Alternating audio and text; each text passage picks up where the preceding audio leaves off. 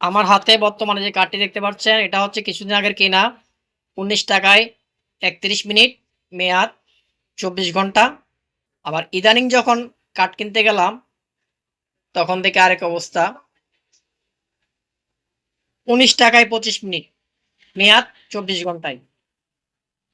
এখন ওই হিসাবে প্রতি কার্ডে কোম্পানি ৳৪.৬০ প্রফিট করতেছে।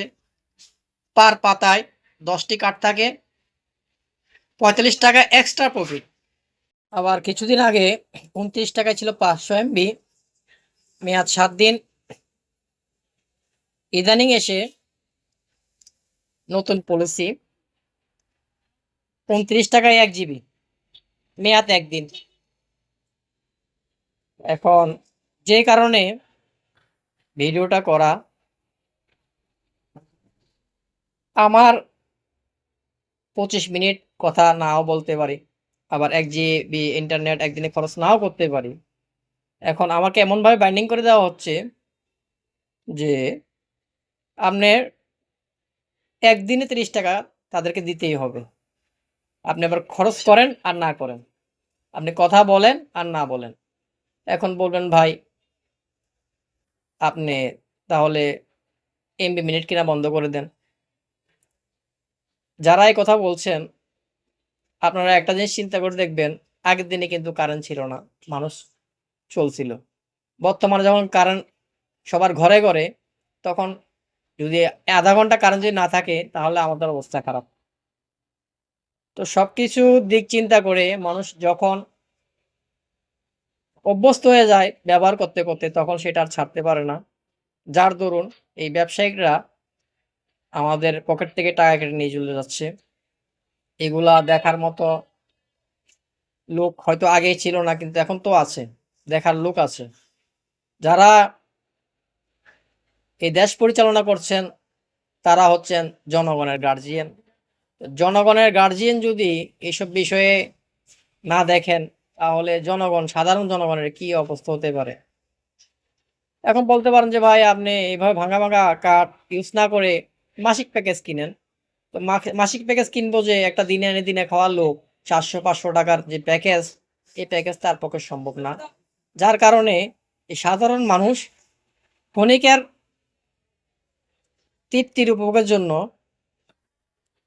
১ জিবি ৳৩০ করে কিনতেছে। এভাবে যদি প্রতিদিন কিনে ৩০ জিবি তার পড়তেছে ৳৯০০। আবার বলবেন, "ভাই, মিনিট কার্ড কিনেন না, টাকা রিচার্জ করেন।" টাকা রিচার্জ করলে আমি যদি ৫০ টা রিচার্জ করি, এভারেজে আমি ২০ মিনিট কথা বলতে পারি না। কারণ অনেক সময় ৳৩ কাটে, অনেক সময় ৳২.৫ কাটে, অনেক সময় ৳৪ কাটে, অনেক সময় ব্যালেন্স থেকে টাকা উধাও হয়ে যায়। তো এই টাকা কিভাবে রিচার্জ করি? মানে সব দিক দিয়ে জনগণ ধরা। তো এইসব বিষয়ে আসলে একটু তদারকিতে নেওয়ার দরকার আমার মনে হয়। তো সবকিছু মিলিয়ে আমার কাছে মনে হচ্ছে যে টেলিকম সেক্টরটা, যে সিম থেকে শুরু করে, রিপ্লেস থেকে শুরু করে, মিনিট কার্ড, এমবি কার্ড হু, হু করে বেড়ে চলছে লাগামহীনভাবে। তো যেহেতু এখন ছাত্র সমাজরা উদ্যোগ নিয়েছেন, সমন্বয়করা উদ্যোগ নিয়েছেন, বাংলাদেশকে একটা সুন্দর বাংলাদেশ উপহার দিবেন। তো আমার মনে হয় যে এই টেলিকম সেক্টরটাকে এখন যদি লাগাম টেনে ধরতে না পারেন, ভবিষ্যতে আমাদের সাধারণ জনগণের অবস্থা যে কি হবে, তাই এখন থেকে আমাদের সচেতন হওয়া দরকার। তো আমি আশা রাখবো, যারা উপদেষ্টা পদে আছেন, তারা এই টেলিকম সেক্টরটাকে দেখবেন। সাধারণ জনগণ আর পারছে না। মানে তাদের এই বান্ডিকতা, এমবি, প্যাকেজ, মিনিট, এগুলা, মানে আমরা সব মিলিয়ে হতাশ।